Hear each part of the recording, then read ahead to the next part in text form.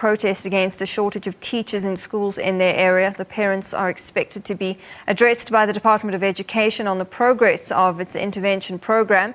Parents are demanding one teacher per class and a ratio of one teacher per 30 pupils. They're still not satisfied with the interventions put in place by the Education Department thus far, and they're not happy at the pace that the department is moving. Earlier this year, schools in the northern areas were closed for more than 3 weeks as parents kept their children out of school in protest against the lack of teachers.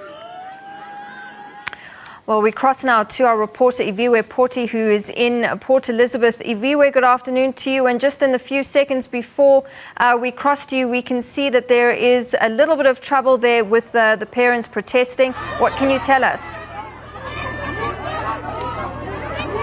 Well, good afternoon, Natasha. Let me just move out of the shot so you guys can see exactly what's happening behind me. You know, the situation has become very, very tense. Parents were expecting the Department of Education to come through to address them at about 10:30. They were late, and it was officials that came from provincial. They were expecting officials from district. So, you know, tempers flared. They've tried to blockade the main road to Stanford, which leads into the northern areas. A few people have actually been arrested and put into vans. They were trying to block. There's no burning of tires or anything like that. It was a human chain that they, were creating to express their frustrations. And it all stems from, they were told that on the 1st of March, they would have a teacher in each and every classroom. And that hasn't happened. And so the parents earlier had a peaceful march at about 9 o'clock, and they were waiting for the officials to come and address them in terms of how far are they in employing, the last number of teachers that need to be employed in order to curb the problem of teacher shortages in this area. You will remember earlier on around February, in the beginning of February, the department, they issued letters of employment to about just over 90 teachers, and that was for the whole district of Port Elizabeth. But parents aren't happy with that. So right now, the situation's a bit tense. Tempers are flaring up, and, parents are saying they're going to close down the northern areas permanently. They were supposed to be hearing from the Education Department this afternoon after they met and did their walkabout or their protest. Do you think that this will carry on today?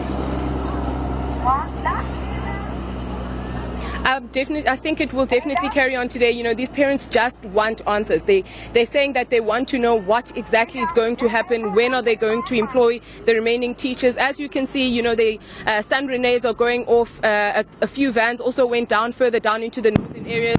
Parents are running away. It's getting a bit tense this side, Natasha.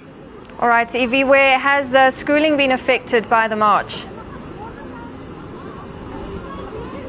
No, parents have decided that, they will keep children in schools. You will remember in the beginning of the year, they kept children away from school for about 3 weeks. But they've said, they're going to fight this battle now as parents and have their children in school. As you will remember, the northern areas also has a problem of gang-related issues. So it's unsafe to keep the children on the streets. So they'd rather have them at school where they feel they are a bit protected and away from, drugs and gang-related issues. But as parents, they will be on the streets fighting this issue. All right, Iviwe, thank you very much. We will get an update, I'm sure, from you throughout the day on this issue. Our reporter Iviwe Porti live from Port Elizabeth. Well, now in KwaZulu-Natal, ANC leadership there has arrived in Mandeni. Leaders will be meeting